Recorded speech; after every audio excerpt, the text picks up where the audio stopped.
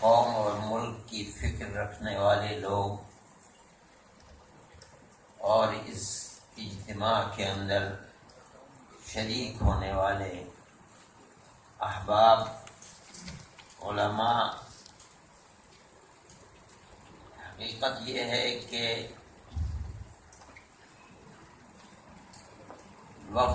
وقف کے مسئلے پر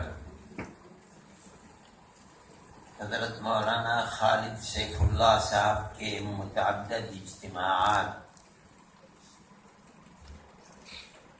جیسا کہ آپ نے ابھی مقررین سے سنا، ایک بڑے اہم اور امت کے لیے انتہائی مفید ترین مسئلے پر روشنی ڈالنے کے لیے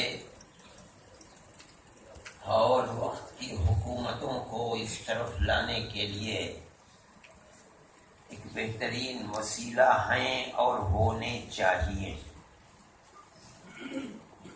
ہم کوئی بھیک نہیں مانگ رہے ہیں، ہمارے آباء و اجداد کی ملکیت تھی جو انہوں نے بعد میں آنے والی نسلوں کی اقتصادی، تعلیمی، معاشرتی زندگی کو بہتر بنانے کے لیے اوقاف کیے ہیں۔ ہم اگر ان اوقاف کی طرف متوجہ ہوتے ہیں اور کسی گورنمنٹ سے یہ کہتے ہیں کہ ہمارے آباء و اجداد کے اوقاف ہمیں دے دیے جائیں اور گورنمنٹ کے قبضے سے یا افراد کے قبضے سے نکال کر انہیں اوقاف کی شکل کے اندر دیا جائے، ان کے لیے ترقی کے راستے کھولے جائیں، تو یہ ہمارا کوئی مطالبہ ناجائز نہیں ہے، بلکہ یہ مطالبہ ہمارا حق ہے۔ جمعیت علماء ہند نے اس سلسلے میں ملک کی آزادی کے بعد سے برابر توجہ کی ہے۔ جمعیت علماء ہند کا سن 48 میں جلسہ ہوا بمبئی میں سالانہ۔ جمعیت علماء خاموش ہے اوقاف کے سلسلے میں۔ 49 میں ہوا لکھنؤ میں، جس میں مولانا ابوالکلام آزاد رحمۃ اللہ علیہ کا بہت مشہور و معروف خطبہ ہے، تقریر ہے، جس نے دلوں کو جھنجھوڑ ڈالا ہے۔ سن 51 میں جمعیت علماء ہند کا اجلاس حیدرآباد میں ہوا۔ یہ اجلاس حالات کے اندر فرق پیدا ہو چکے تھے۔ اس اجلاس کے اندر شیخ الاسلام مولانا سید حسین احمد مدنی اللہ مرتدہ میں 51 میں حیدرآباد کے اجلاس میں اوقاف کے مسائل کی وضاحت کرتے ہوئے فرمایا، وقف مذہبی حیثیت سے ہمیشہ قابل احترام رہا ہے۔ یہ واقف کی باقیات صالحات میں سے ہوتا ہے، اس کے ذریعے ضرورت مندوں کو دائمی فائدہ اور واقف کو ہمیشہ اجر و ثواب ملتا ہے۔ دور حاضر میں مسلمانوں کی اقتصادی مشکلات اور ضروریات کو مد نظر رکھتے ہوئے اوقاف کی اہمیت بہت بڑھ جاتی ہے۔ مسجد اور دوسری عبادت گاہوں، خانقاہوں، قبرستانوں، نیز مذہبی و دینی درسگاہوں کی مالی ضرورتیں، تعلیمی وظائف، یتیموں اور بیوہ عورتوں کی نگہداشت، جس کی طرف مولانا خالد سیف اللہ صاحب نے اشارہ کیا تھا، اور اسی طرح کی دیگر اہم دینی اور ملی ضرورتوں کو ان کے ذریعے سے پورا کیا جا سکتا ہے، مگر افسوس کہ انقلاب زمانہ نے ان کو ختم کر دیا۔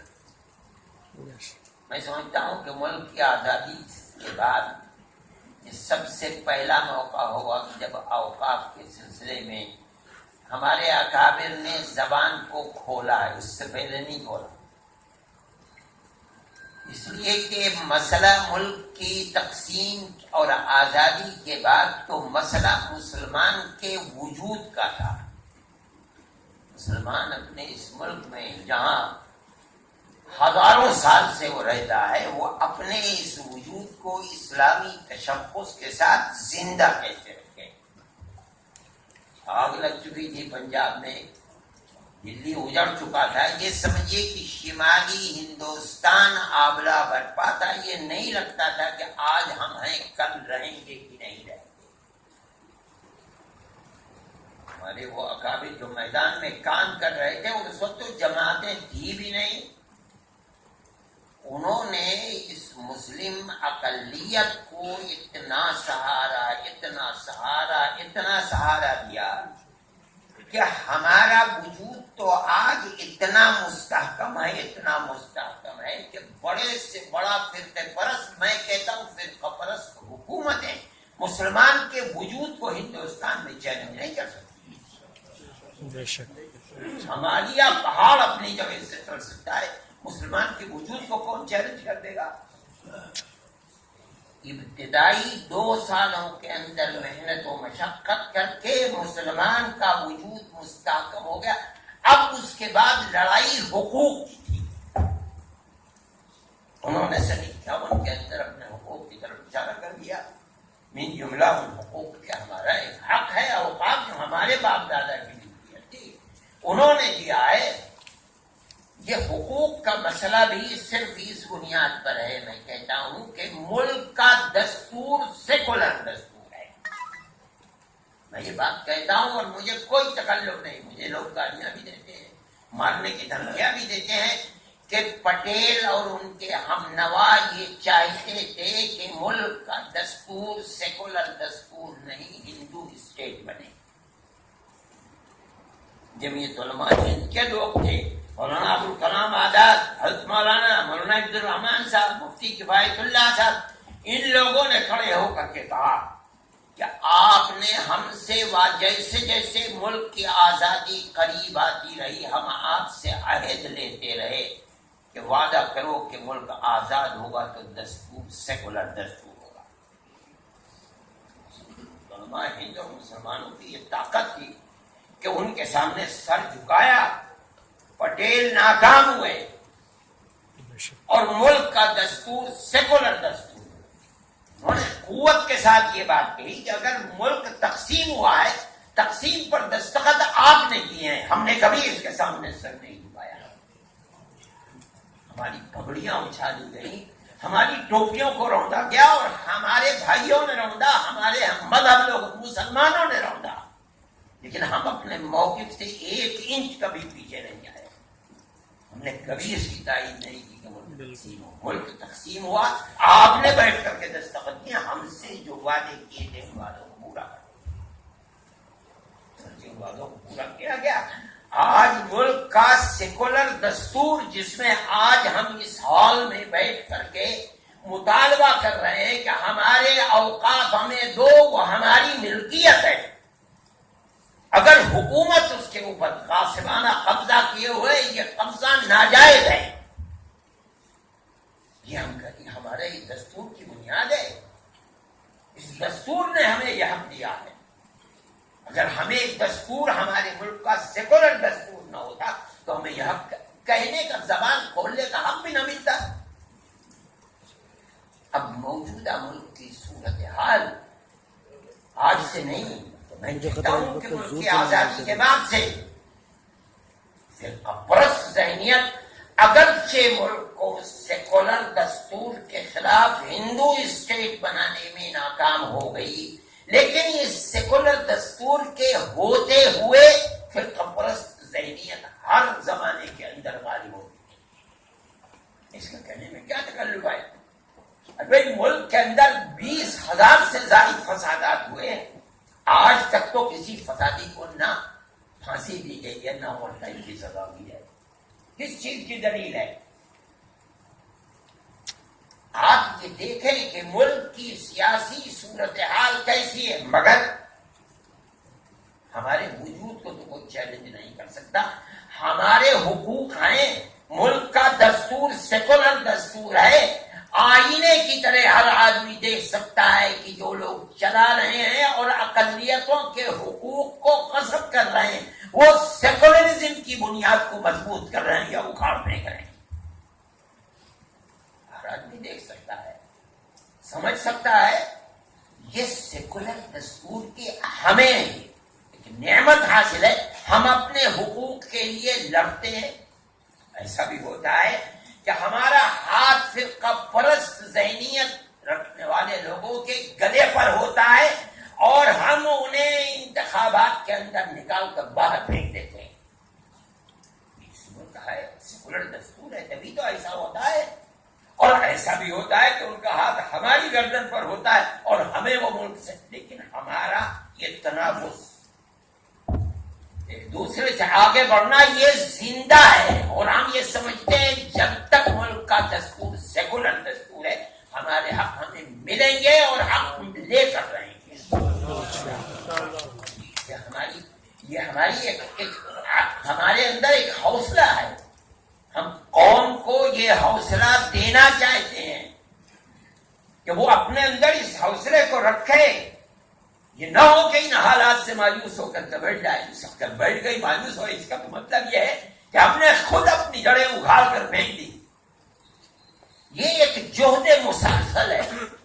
یہ نہیں ہے کہ ہم ایک دو اجتماعات کر کے ختم کر دیں.